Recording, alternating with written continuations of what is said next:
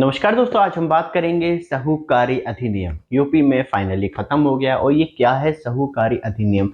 तो money lender act कहते हैं इसे। और दोस्तों ये 1976 में इंट्रोड्यूस किया गया था भारत सरकार के द्वारा, जिसमें ये था जो नॉर्मली बनिए लोग होते हैं या सुनार, जिसे हम बहुत अच्छी लैंग्वेज में जानते हैं, गांव में हो या शहर में हो, तो वो सुनार के पास एक ऐसी परमिशन साहूकारी अधिनियम के एक्ट के अंदर वो सोने को आपके जो भी लोन लेना चाहते थे या ब्याज पे अपना सोना उठा के पैसा लेना चाहते थे तो वो कर सकते थे। तो ये एक्ट खत्म क्यों किया गया है? क्या इससे गवर्नमेंट को फायदा होगा या प्राइवेट सेक्टर को फायदा होगा? लेकिन दोस्तों प्राइवेट सेक्टर का नाम आता है तो फिर ये बनिए लोग जो हैं वो भी कहीं ना कहीं प्राइवेट सेक्टर का एक पार्टी हो जाते हैं उस कंडीशन में। तो सुनहर को अब क्या इफेक्ट पड़ेगा? क्योंकि अभी जो सबसे पहले बंद किया था वो झारखंड में बंद किया था साहूकारी, अब फाइनली उत्तर प्रदेश में भी खत्म कर दिया गया है। जिससे स्पेशली बात करी जाए तो जैसे कि दोस्तों इस अधिनियम को चलते हुए 46 साल हो गए थे, और इससे जो इफेक्ट पहुंचता था वो स्पेशली लोगों को पहुंचता था। एक तो आपके जो सोने का प्राइस है, जैसे कि मैं रखने गया तो उस पर इंटरेस्ट रेट भी बहुत ज्यादा देना पड़ता था। ऊपर से यह है जो उसकी सोने की वैल्यू लमसम हाफ प्राइस ही देता था सुनार। लेकिन दोस्तों तब से प्राइवेट सेक्टर घुसा है। एक तो वो कम प्रॉफिट में ज्यादा बेनिफिट प्रोवाइड करवाता है कस्टमर्स को, और उसमें भी वो बहुत अच्छा मार्जिन कमा लेता है। जैसे कि दोस्तों बात करें, सुनहार जो गोल्ड लोन देता है उस पे 18 से 36% तक का वो इंटरेस्ट रेट लगाता है। जैसे कि दोस्तों आपको 50,000 रुपए दिए, उस पर 18-36% तक चक्रवर्ती ब्याज जैसे बोलते हैं कि वो लगा देना शुरू कर देता है। ऊपर से है जो मैक्सिमम वैल्यू होती है गोल्ड की उसका 50% आपको देता है। उसके बाद वो रोक लेता है, कहता है नहीं भाई साहब इससे ज्यादा नहीं दूंगा। दूसरी चीज है दोस्तों, जैसे कि गवर्नमेंट की बात करी जाए तो क्योंकि यहाँ पे दोनों ही प्राइवेट और गवर्नमेंट दोनों ही पार्टिसिपेट करती है। जैसे कि दोस्तों आपका जो गोल्ड वैल्यू है, तो वहां पे आपकी गोल्ड वैल्यू जो करंटली, क्योंकि यहाँ पे जो सोनार लोग होते हैं वो शेयर मार्केट के हिसाब से आपको पैसा नहीं देते। जो नॉर्मली चल रहा होता, लग रहा होना शेयर मार्केट ऊपर जा रही है, तब भी आपको कम प्राइस के हिसाब से ही पैसा देंगे। लेकिन दोस्तों ये प्राइवेट मुथूट फाइनेंस हो गई या एसबीआई गोल्ड लोन हो गया, तो इस तरीके की फैसिलिटी, ये दोनों ही नाम ले दी मैंने, प्राइवेट भी और गवर्नमेंट भी। तो यहाँ पे जो आपको फैसिलिटी मिलती है, एक तो आपके शेयर मार्केट के हिसाब से जो गोल्ड की वैल्यू उसके हिसाब से आपको 90% तक गोल्ड लोन मिल जाता है। ऊपर से जो इंटरेस्ट रेट है वो बहुत ही ज्यादा कम है, आपको 7 से 8% तक इंटरेस्ट रेट देना पड़ता है नॉर्मली आप गोल्ड लोन रखते हैं।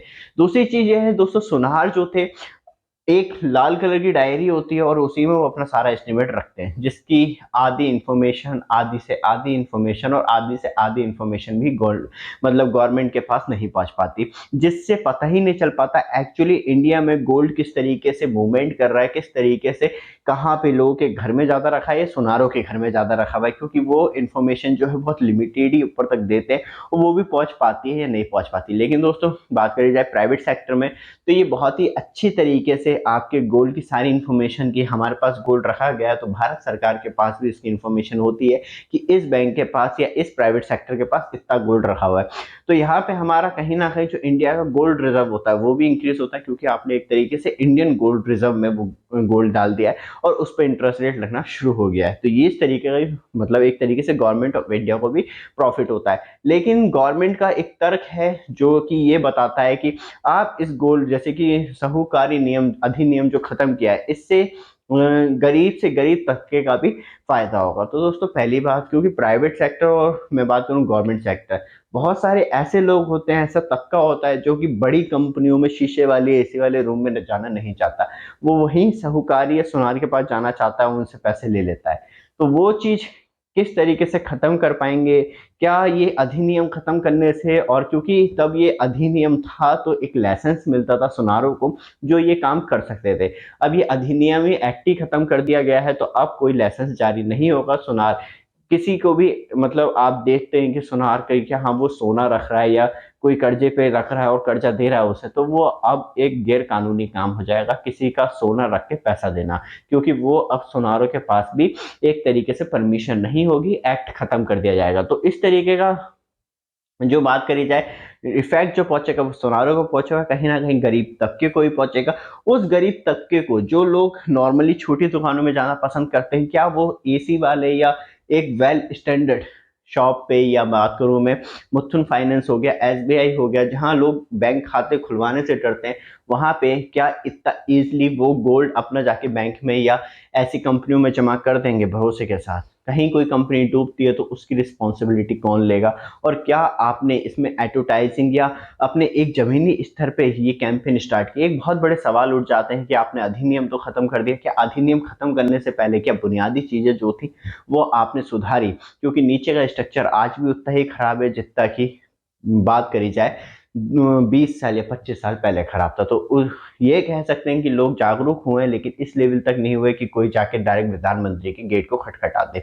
तो वो भी एक बहुत बड़ी चीज होती है। ऊपर से यह है दोस्तों, तब गोल्ड रिजर्व बढ़ता है तो कहीं ना कहीं वैल्यूएशन बढ़ती है, आपकी गोल्ड की सारी जानकारी दे दी जाती है, और ऊपर से आजकल इतनी अच्छी फैसिलिटीड है कि ये सुनार लोग तो नहीं करते, लेकिन ये है कि प्राइवेट कंपनी या बात कि आप डायरेक्टली अपने गोल्ड की वैल्यू भी देख सकते हैं कि कितना वैल्यू बढ़ी है, मैंने कितना कर्जा लिया था, उस हिसाब से वेरिएशन भी सब कुछ आपको डिटेल देखने के लिए मिल जाती है। तो दोस्तों ये वीडियो आपको अच्छी लगे, चैनल को सब्सक्राइब, वीडियो को लाइक जरूर कीजिएगा।